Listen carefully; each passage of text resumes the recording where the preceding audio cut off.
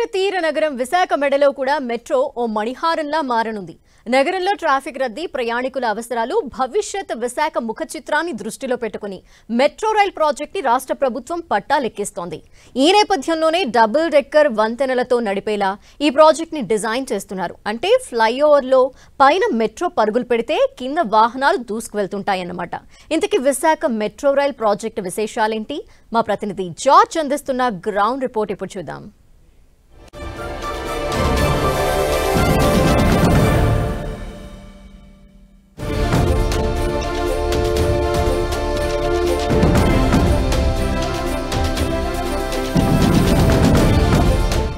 విశాఖలో ట్రాఫిక్ సమస్యలు చెక్ పెట్టే విధంగా మెట్రో రైల్ ప్రాజెక్టు పట్టాలెక్కించేందుకు ప్రక్రియ శరవేగంగా కొనసాగుతుంది.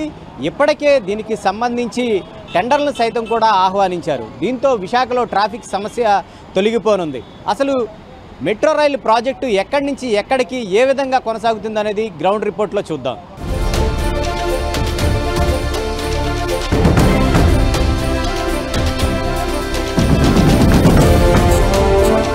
విశాఖలో మెట్రో రైలు ప్రాజెక్టుకు సంబంధించి కూటమి ప్రభుత్వం గ్రీన్ సిగ్నల్ ఇచ్చింది. ఇప్పటికే టెండర్లను సైతం కూడా ఆహ్వానించడంతో సెప్టెంబర్ 12 వరకు కూడా టెండర్లు ఆహ్వానించనున్నారు. అదే రోజున ఆ టెండర్లను సైతం కూడా తెరవనున్నారు.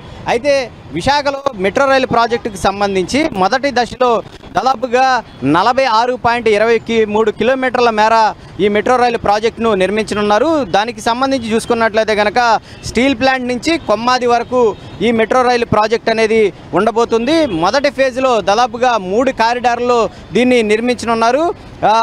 ఏదైతే స్టీల్ ప్లాంట్ నుంచి కొమ్మాది వరకు ఒక కారిడారు, అలాగే గురుద్వార్ నుంచి పాత పోస్ట్ ఆఫీస్ వరకు 2వ కారిడారు, మరి ముఖ్యంగా తాడిచెట్లపాలెం నుంచి చిన్నవాల్తేరు వరకు 3 కారిడారు. ఈ 3 కారిడార్లో 46.23 కిలోమీటర్ల మేర నిర్మించనున్నారు. ఇందుకోసం చూసుకున్నట్లయితే కనుక 42 స్టేషన్లు అయితే అందుబాటులోకి రానున్నాయి. దీనికి చూసుకోవచ్చు. ఇందులో భాగంగా స్టీల్ ప్లాంట్ కొమ్మాది కూడల వరకు 34.40 కిలోమీటర్ల మేరలో 29 స్టేషన్లు రానున్నాయి. గురుద్వార్ నుంచి పాస్ట్ పోస్ట్ ఆఫీస్ వరకు 5 కిలోమీటర్లలో 6 స్టేషన్లు, అలాగే తాడిచెట్లపాలెం నుంచి చిన్నవాల్తేరు వరకు 6.75 కిలోమీటర్ల మేరలో 7 స్టేషన్లు అయితే ఉండబోతున్నాయి. దీనికి సంబంధించి దాదాపుగా 11,498 కోట్లు అయితే అవుతాయని ప్రాథమికంగా అంచనా వేశారు. దీనికి సంబంధించి డిపిఆర్ని సైతం కూడా సిద్ధం చేశారు. దీంట్లో రాష్ట్ర ప్రభుత్వం 20%, అలాగే కేంద్ర ప్రభుత్వం 20% వాటా భరించేలాగా, అలాగే మిగిలిన 60% ఏదైతే ఉందో అది పబ్లిక్ ప్రైవేట్ పార్ట్నర్షిప్ ఆధ్వర్యం ద్వారా సేకరించాలని భావిస్తూ ఉన్నారు. దీనికోసం ఏదైతే తక్కువ వడ్డీకి బ్యాంకులు ఏవైతే లోన్లు ఇస్తాయో వాటి ద్వారా వీటిని సేకరించి మెట్రో రైల్ ప్రాజెక్టును పూర్తి చేయాలని రాష్ట్ర ప్రభుత్వం అయితే భావిస్తూ ఉంది. 30 నెలల్లో దీన్ని పూర్తి చేసి ప్రజలకు అందుబాటులోకి తీసుకురావాలని శరవేగంగా పనులు ప్రారంభించాలని అయితే రాష్ట్ర ప్రభుత్వం అయితే భావిస్తూ ఉంది. ముఖ్యంగా ఈ కారిడార్కు సంబంధించి చూసుకున్నట్లయితే కనుక మొదటి ఫేజ్లో పనులు అనేవి చకచకా ప్రారంభించేందుకు దాదాపుగా 6,250 కోట్లతో మొదటి దశల పనులకు ఏపీ మెట్రో రైల్ కార్పొరేషన్ టెండర్లను సైతం కూడా ఆహ్వానించింది. ఇంజనీరింగ్ పనులు, ఆకృతులు, వాటి నిర్మాణానికి అర్హులైన కంపెనీల నుంచి దరఖాస్తులు సైతం కూడా ఆహ్వానించింది.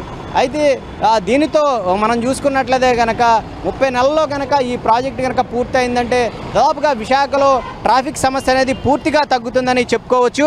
ఎందుకంటే ఇటు స్టీల్ ప్లాంట్ నుంచి కొమ్మాది వరకు వెళ్ళాలంటే చాలా సమయం అయితే ఇప్పుడు వెచ్చించవలసి వస్తుంది. ఎక్కడికక్కడే నగరం అంతా కూడా శరవేగంగా అభివృద్ధి చెందుతూ ఉన్న నేపథ్యంలో అంతే స్థాయిలో వాహనాలు సైతం కూడా పెరిగిపోయినాయి. ఈ నేపథ్యంలో అనేక చోట్ల సైతం కూడా సిగ్నళ్ళు ఉంటూ ఉన్నాయి. దీనికి సంబంధించి దాదాపుగా నగరంలో 12 ఫ్లైఓవర్లను కూడా ఏర్పాటు చేయాలని రాష్ట్ర ప్రభుత్వం భావించింది. అయితే దానికి బదులుగా డబల్ డెక్కర్ వంతెనలు కూడా ఏర్పాటు చేస్తే బాగుంటుందని ఇప్పుడు రాష్ట్ర ప్రభుత్వం ఈ ప్రాజెక్టులో భాగంగా చూసుకున్నట్లయితే కనుక దాన్ని సైతం కూడా ఏర్పాటు చేస్తే బాగుంటుందని భావిస్తుంది. ఇందుకోసం అవసరమైన ల్యాండ్ను సైతం కూడా సేకరించేందుకు ఆ పనులు విఎంఆర్డీఏకి సైతం కూడా అప్పచెప్పింది. ఏదేమైనప్పటికీ విశాఖలో మెట్రో రైలు ప్రాజెక్టును త్వరితగతిన పూర్తి చేసి ప్రజలకు అందుబాటులో తెచ్చేందుకైతే రాష్ట్ర ప్రభుత్వం శరవేగంగా పనులు ముందుకు సాగుతున్నాయనే చెప్పుకోవాలి.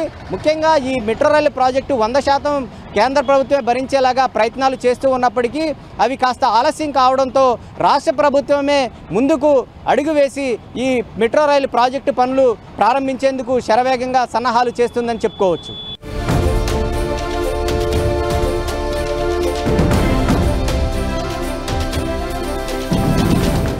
విశాఖలో ట్రాఫిక్ సమస్యలు చెక్కిపెట్టేందుకు డబల్ డెక్కర్ తరహా వంతెనలను సైతం కూడా నిర్మించేందుకు రాష్ట్ర ప్రభుత్వం ముందుకడిగేసింది. దీన్ని మెట్రో రైలు ప్రాజెక్టుతో సైతం కూడా అనుసంధానం చేయనుంది. ముఖ్యంగా నగరంలో ట్రాఫిక్ సమస్యలు నివారణకు national highway authority of India 10 వంతెనల నిర్మాణానికి ప్రణాళిక రూపొందించింది. అయితే ఆ వంతెన స్థానంలో మెట్రోను డబల్ డెక్కర్ తరహా తీసుకురానున్నారు. కొమ్మాది స్టీల్ ప్లాంట్ మధ్య నిర్మించే 34.40 కిలోమీటర్ల కారిడార్లోనే ఇది రానుంది. మధురవాడ నుంచి తాడిచెట్లపాలెం వరకు 8 పై వంతెనలను అనుసంధానం చేసి ఒకే వంతెనగా నిర్మించనున్నారు. ఇక గాజువాక నుంచి స్టీల్ ప్లాంట్ మధ్య మరొకటి నిర్మించనున్నారు. మొత్తంగా 20 కిలోమీటర్ల మేర డబల్ డెక్కర్ అయితే రానుంది. ఇక్కడ కింద రోడ్డు, దానిపైన 4 వరుసల పై వంతెన ఫ్లైఓవర్లు, ఆ పైన మెట్రో ట్రాక్ అయితే రానుంది. ఇది గనక పూర్తయినట్లయితే కనుక ఆసియా ఖండంలోనే పొడవైన డబల్ డెక్కర్ మెట్రో రైలుగా విశాఖ అయితే గుర్తించబడిపోతుంది. దీన్ని సైతం కూడా ఏర్పాటు చేసేందుకు ప్రభుత్వం సన్నాహాలు చేస్తుంది. ఇందుకోసం ల్యాండ్కు అవసరమైనటువంటి ల్యాండ్ ఏదైతే ఇటు అనకాపల్లి అలాగే విశాఖపట్నం విజయనగరంకి సంబంధించి చూసుకున్నట్లయితే కనుక అవసరమైన ల్యాండ్ని సైతం కూడా పూలింగ్ చేసేందుకు విఎంఆర్డీఏకు బాధ్యతలను అప్పగించింది. ఇది కూడా పూర్తయినట్లయితే కనుక విశాఖలో ట్రాఫిక్ సమస్య అనేది ఉండదని చెప్పుకోవచ్చు.